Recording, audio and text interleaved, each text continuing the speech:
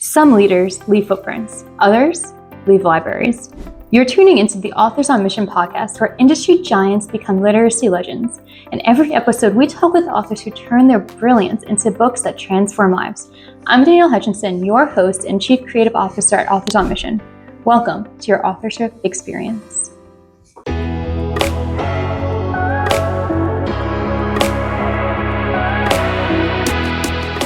Hello, everybody, and welcome to another episode of Authors on Mission.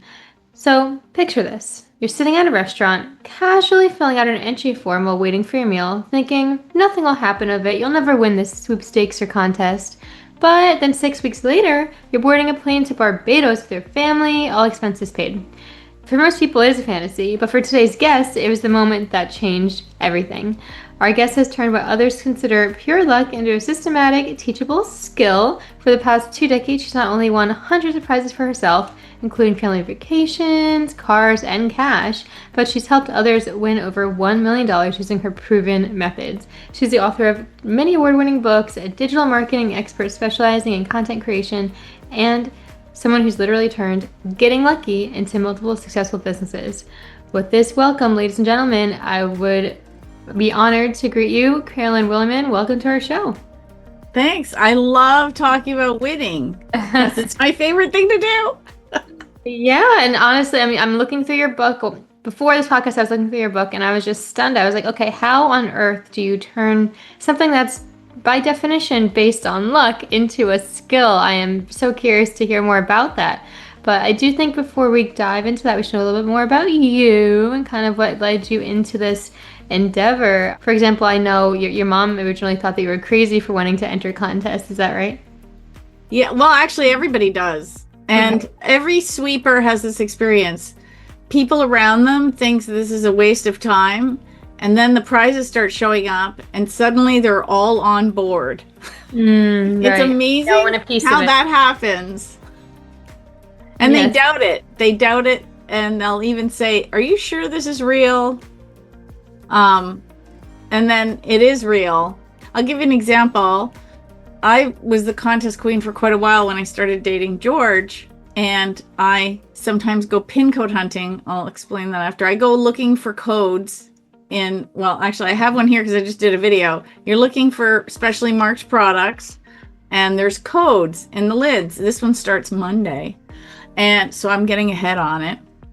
As you can see, I've already drank the product. And then you enter these codes online and you can win prizes. And it's not healthy to drink that much soda. So I will go around on recycle day and look at everybody's blue bin and find other codes and enter those too to increase my odds of winning. So I support the sponsor and I enter. And George kept saying, this is silly. You should be focusing on work. And I'm like, look, I need exercise. So I could go to a gym and pay a gym, or I could walk around the neighborhood, get fresh air for free, and possibly win something. So I'm going to take that option for the summer because they tend to be seasonal. All summer, I kept walking around and getting poo-pooed. And at the end of the summer, I went a trip for 4 to Universal Studios. And the next summer, if I was sleeping in, I would get poked. Are you going to get up and go code hunting today? That's so funny. Yeah, you turned that right around after that trip to Universal, right? And he asked me like this. So last year, there wasn't any code contest. It was very interesting. A lot of them went receipt-based, but they're back this year. And we've had a couple of inclement days, so I didn't go out. I'm going back out tomorrow. But he said, "You're sleeping in. Are you not going hunting?" I already had it this year. One form of support is just as great as the other. He could be nudging you to, "Hey, you're gonna go make me breakfast. We're gonna go to work." But no, it's go ahead and go find those bottle caps. Yeah, go find those winning codes, because that's the thing. It doesn't guarantee that you'll win. Like, I've never won a weekly prize. Like, there's going to be weekly prizes in this one of 10,000 in Canada, and in the United States they're doing it too, and their weekly prizes are 20,000, and it had already started down there because their country is bigger and the distribution system is bigger, so they've already started. And so you can win big. It doesn't guarantee a win, but it just increases your odds, and that's the idea. You would just want to increase your odds. And then over time, you'll find that if you keep entering, a lot of giveaways, eventually you're going to win. It's a numbers game. It's like sales. I remember taking sales courses when I was finished university and I was working my first jobs. And they always send you on, well, they used to, I don't know if they send people in training anymore, but we used to go to sales training courses and they always talked about the sales funnel. You have a lot of cold calls, they lead to warm calls, hot, and then sales. And it's the exact same thing as the sales funnel. The more you put in at the top, some of them will come out at the bottom. Sometimes they're small and sometimes they are big. So the biggest one I won was a trip for 4 to the Winter Olympics. Wow. In Vancouver, and that was worth, over $20,000 for 4 of us for 4, I think it was it 5 days, 4 nights, or 4 days, 3 nights, something like that. Understood. No, hey, that's incredible though. Would you say that most of your contest tips involve that then, getting in early and putting in the work, kind of just paying your daily dues? It's I always equate it to going to the gym. Okay. Right? You can't just say, I'm going to get fit and go to the gym once and then be like, I didn't lose 20 pounds and I can't lift 300, I can't bench press 300. What's happening? You have to go over time on a consistent basis and you will see results. And it's the same with eating healthy, right? If you eat healthy, over time, you will slim down and see the results. And sweepstakes, if you enter many giveaways daily, over time, you will win. Every person that I know that has taken the hobby seriously wins. There's no magic formula. You just have to do the work. And a good sweeper will enter for about an hour a day and enter about 100 giveaways. So pretty much just any giveaways. Sometimes you hone in the scope onto one particular contest, but other times it's just anything you happen to find for that 1 hour every day, as many things as you can put your name into. Well, it's not that willy-nilly. Part of it is being organized. So for example, I recommend people use a sweepstakes aggregate because it aggregates all the legitimate, that's the key word there in that sentence, legitimate giveaways into one space.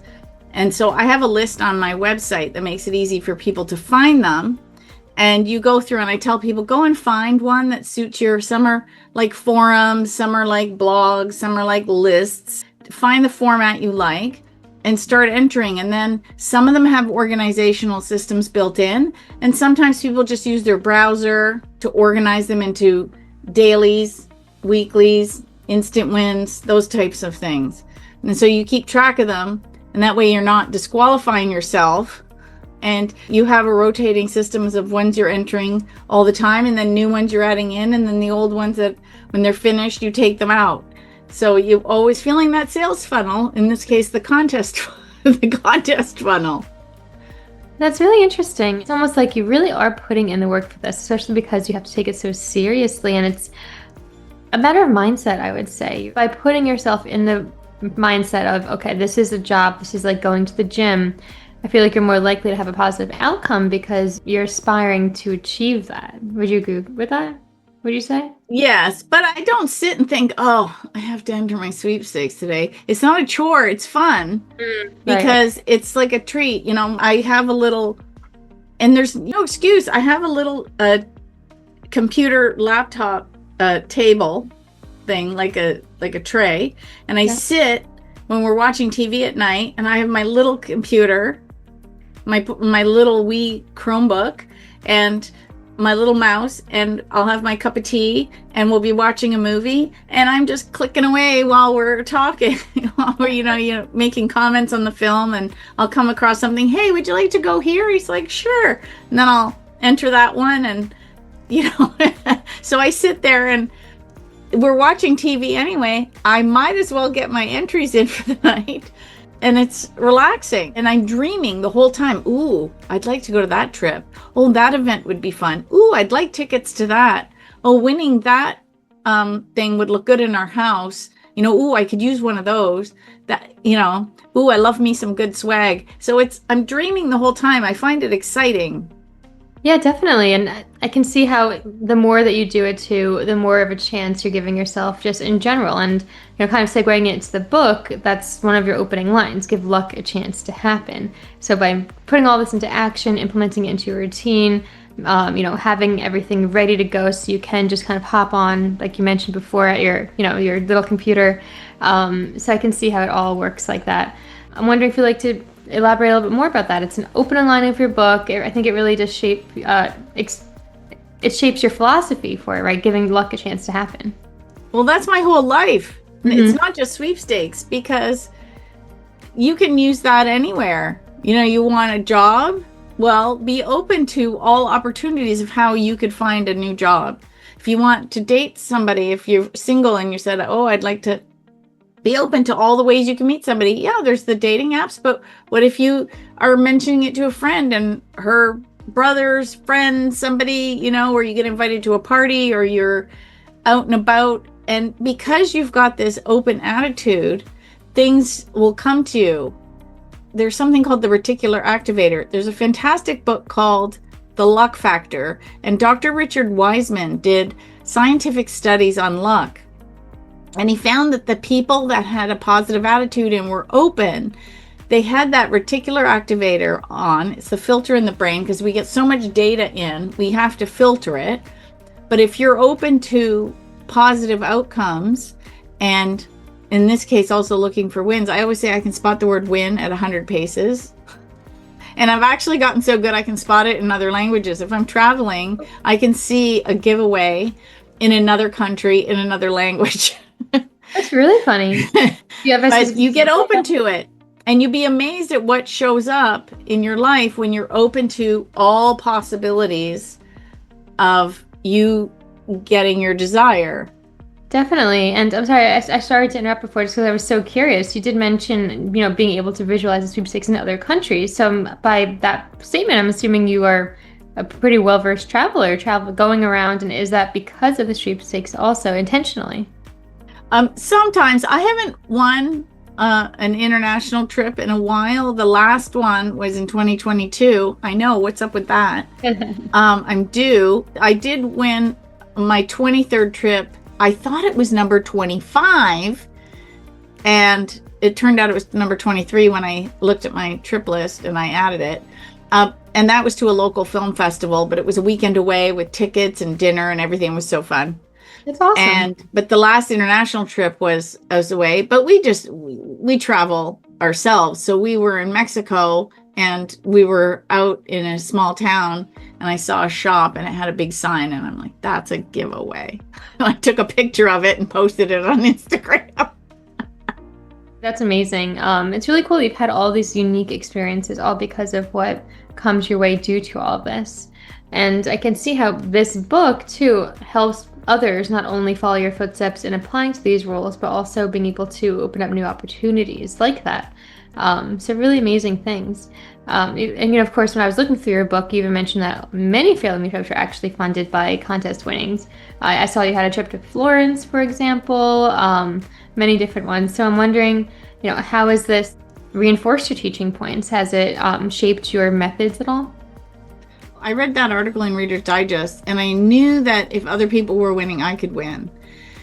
And that's why when I do my books, I include stories of other winners, because I want people to see that it's not just me, that there's thousands of other people that like to enter giveaways and are successful, because there's literally so many promotions out there at any given time. It is impossible to enter them all.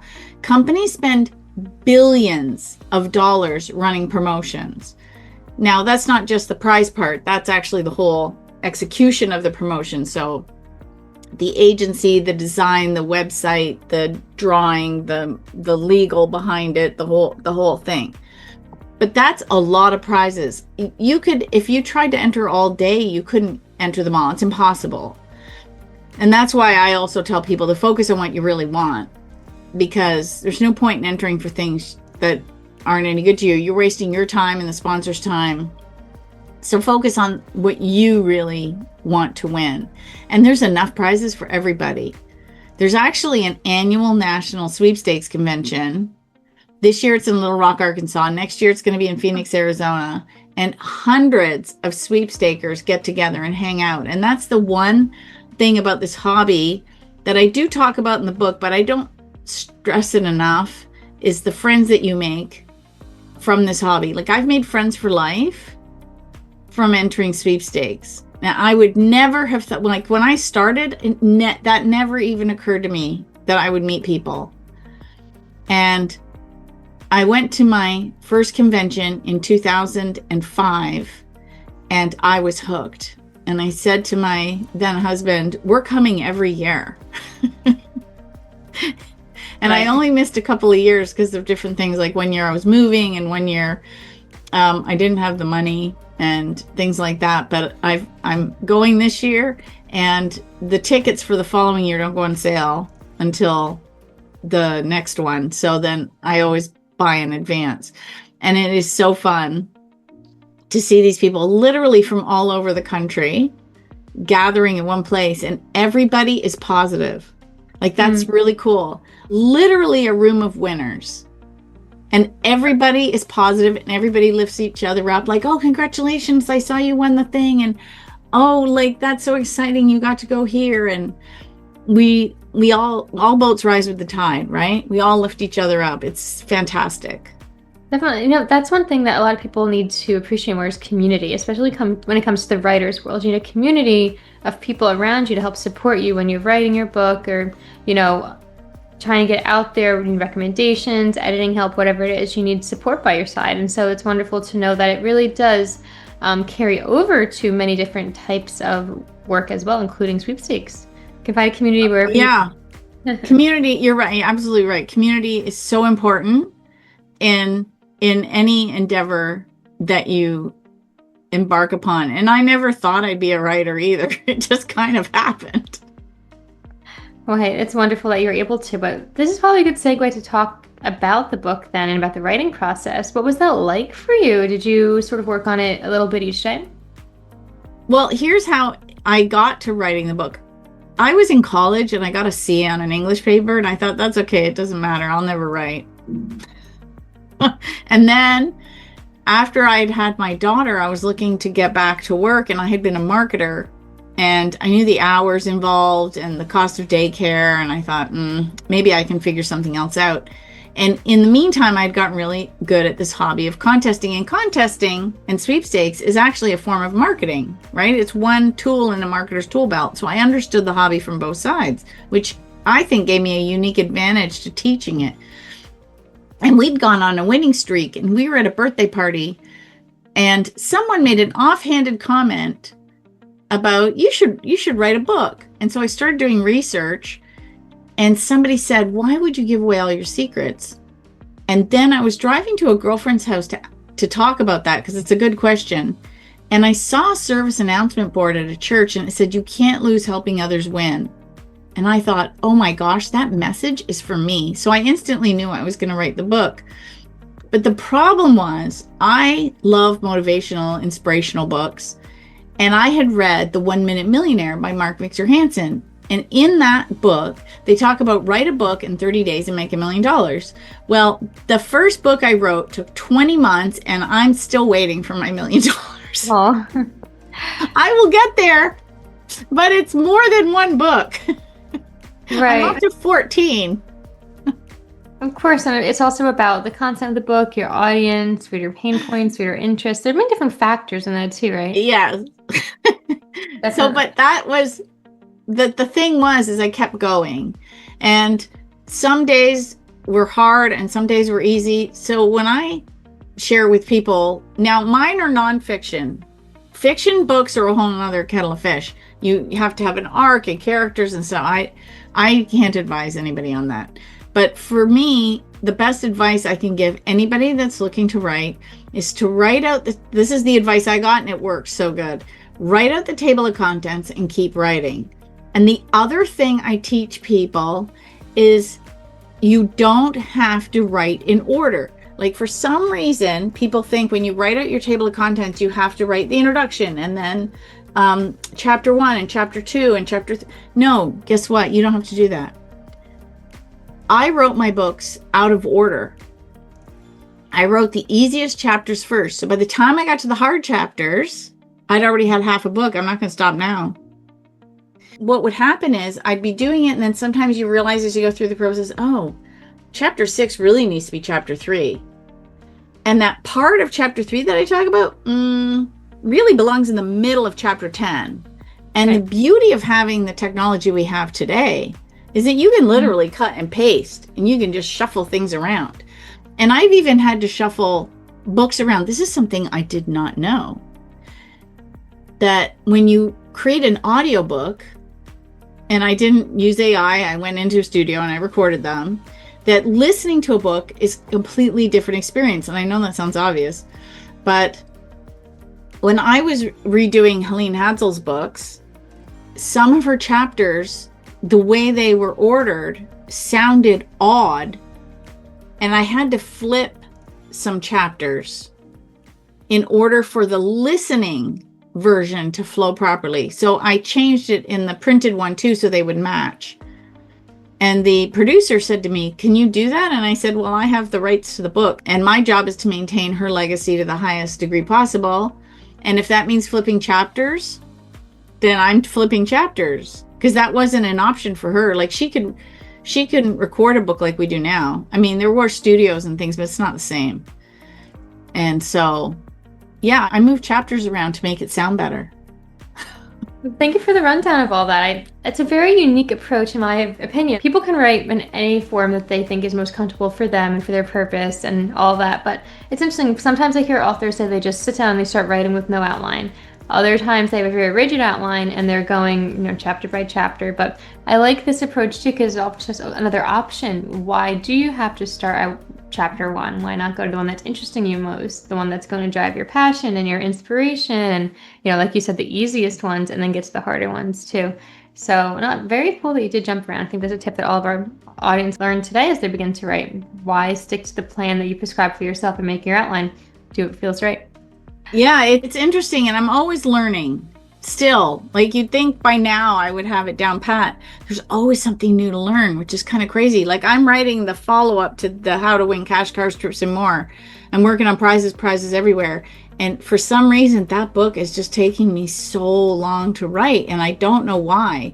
I feel like it's slogging through mud, but I'm still getting through it, and I know it'll get published.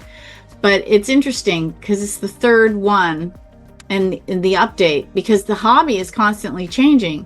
Like how I started entering when I wrote my first book wasn't how I was entering when I wrote the second book, and how I'm entering when I'm writing the third book.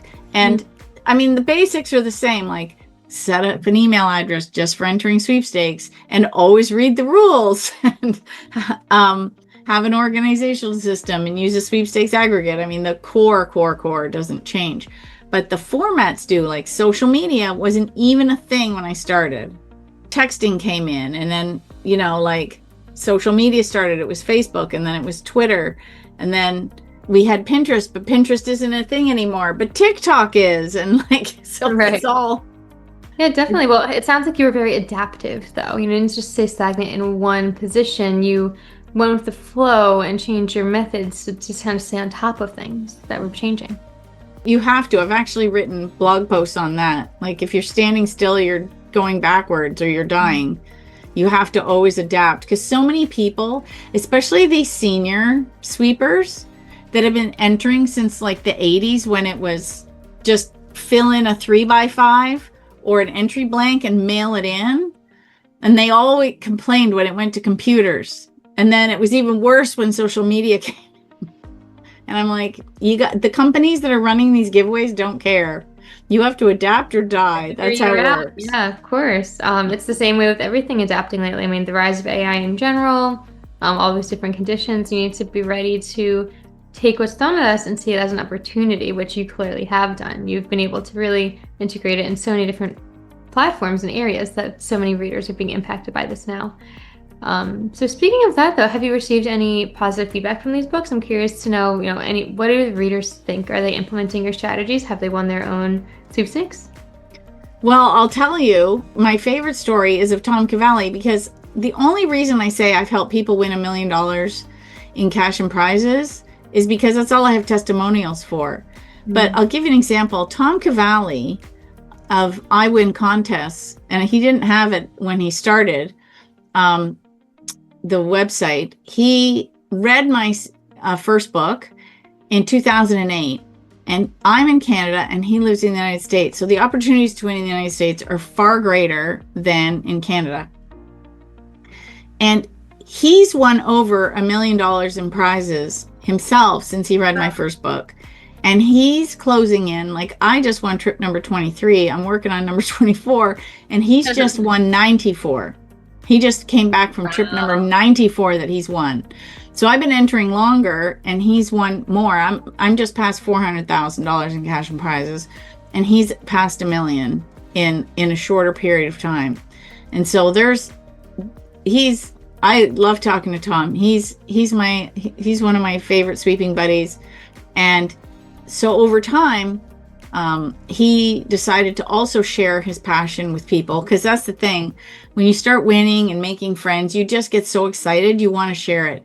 And he started a newsletter called I Win Contest, and now it's a website, and they have a community, and I see him at every convention, and it's just fun and exciting stuff.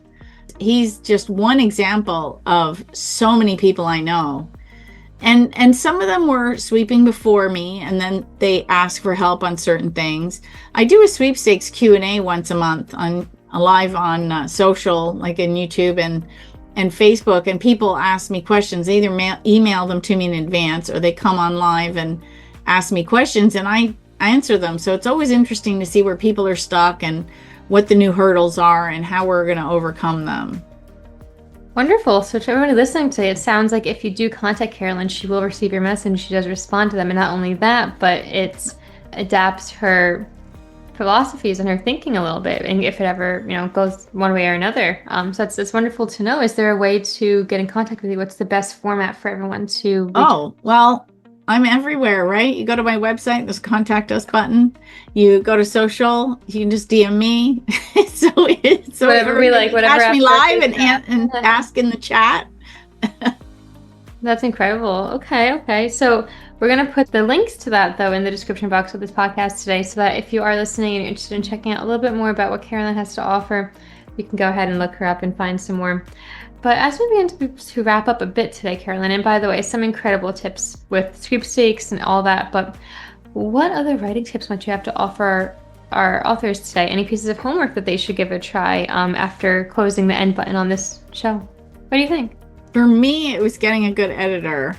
The two saving graces I had were Grammarly to check as I go along, right, and then getting a good editor, because you're inside your own bubble. And you need somebody on the outside looking in and saying, that doesn't make sense there. Can you clarify? Because you think you're being clear because you know it. And so for me, I always highly recommend, or get some beta readers or something, like, depending on your budget. But if you can afford it, I highly recommend getting an editor, because you have this outside set of eyes. Because your job is to make sure that what you're putting out is so clear for the reader that they don't even have to question anything, or they're wondering, what the heck does this mean? Get that other set of eyes, and it has saved me so much in my books. I like that line you just said. They don't need any other questioning. So that just implies right there that it adds credibility to your book, and there's no nonsense about, okay, you missed this here and this there. It's streamlined, it's ready to go for the market. So I do recommend for anybody else also to get a editor. I myself am an editor, of course. Our Authors on Mission, we also edit a lot of books, and you really do need that final polish, that secondhand view to get it to where it needs to be. Yes, it's a saving grace for me. But just start. It's like anything. If you want to get fit, you got to just start going to the gym. So just start. And it doesn't have to be a good start. Helene Hansel says in one of her books at the beginning, it doesn't have to be perfect. You just need to begin. Right. I mean, she's not wrong. Yeah, and that applies to anything in life. You just have to, have your first day. Then go to sleep the first day, and then go on to the next day, and so on and so forth until you reach that goal. So it's great that it does apply to sweepstakes, and it applies to writing and many other areas of life. Yeah, well, that's what I like, is that the lessons are so cross-platform and cross anything, cross-topic. That's wonderful. Yeah, because it's a lifestyle and a mindset. That's incredible. And that's good that it can be applied to anything. So, all that being said, I'm wondering, so what's next on your radar? You have these books out, you've been on podcasts. I'm assuming more sweepstakes, but any other books coming out? Any other? Oh, many more books. Yeah. So I have my own series that I'm still working on. I finished Helene's, and I'm now working on translations for her because they're all in Spanish is finished. And now I'm working on German, French, and Italian. And then I've got also Tag Powell's and Judith Powell's books, and I only have 1 out of Tags, and so I have 8 more to write. And then I know there's going to be other authors that I'm going to be helping and other books in me. So I have a list that's probably I got enough projects to keep me busy till like 2028. Well, it's never a bad thing, right? It's good to be busy and to have a lot of inspiration to work on. That's awesome. So I guess we'll have to, click those links in the description box and follow you along to stay up to date on the progress of those so we can check that out as well. And now, one last thing as we're beginning to wrap up today, I do know you have your poster right behind you. I'm wondering if you would like to share the cover with us. Yeah, I have this one is How to Win Cash Cards, Trips, and More, and later this year it will swap out to prizes everywhere. So that's going to be the 3rd in the series. It's going to be so much fun. That sounds like a blast, and it's something we can all look forward to. Also, only a couple more months, you said. Well, let's see how the editing goes. That's true. It could always be delayed. I learned never to promise. The minute you think you're done, I found it's almost like I've discovered the editing. You think you finished writing the book, and you're like, oh my gosh, I'm so done. I'm so excited. Then goes the editor. And it took me longer to do the edits than it did to write the book. So I don't promise dates anymore. Understood. Well, that's one thing, again, to learn from is make sure you do find the right person when that kind of thing comes along. But really great to know that there's more on the horizon for us. So we're very excited for all of that. But either way, thank you so much for joining us on this podcast. It's been really enlightening, and I think everybody today should just go out and get a scratch-off ticket or whatever it might be. Put your name down and see what kind of activities you can find for yourselves and your friends, right? So, sorry, I know what you're gonna win. Exactly. I meant to say contest, but we know what I was getting at there. So yeah, thank you again to all of our listeners who want to learn more about Carolyn's system. You can find her books. You Can't Win If You Don't Enter, and the new book's coming out as well. Wherever books are sold, you can connect with her at the website in the description box. And remember, every expert was once a beginner, every champion was once a contender who refused to give up. So whether you're looking to win your first contest, write your first book, the 3 principles of persistence, system, and belief that Carolyn shared in her books apply to any mission you're on. So check it out, and until next time, keep pushing forward on your mission. Who knows, maybe the next prize you'll win will be the recognition you deserve for the expertise you're building in your book. This is another episode of Authors on Mission, and we'll see you next time. This is Danielle Hutchinson reminding you that somewhere, someone needs the book that only you can write. Visit authorsonmission.com to start your legacy. Until next time, keep leading, keep inspiring, and keep thinking in chapters. Have a great day.